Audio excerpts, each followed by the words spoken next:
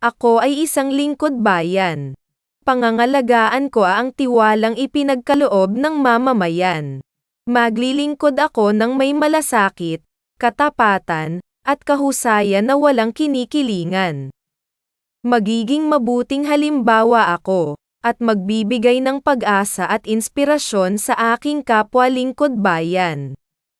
Lilinangin ko ang aking sariling kakayahan upang sa lahat ng panahon ay mapaglingkuran ko ng buong kahusayan ang sambayanan. Hindi ako makikibahagi sa mga katiwalian sa pamahalaan. Pipigilan at isisiwalat ko ito sa pamamagitan ng tama at angkop na pamamaraan. Isasabuhay ko ang isang lingkod bayang makadiyos, makatao, makakalikasan, at makabansa. Tutugan ako sa mga hamon ng makabagong panahon tungo sa adhikain ng matatag, maginhawa, at panatag na buhay. Sa mga tungkulin at hanggarang ito, kasihan nawa ako ng may kapal.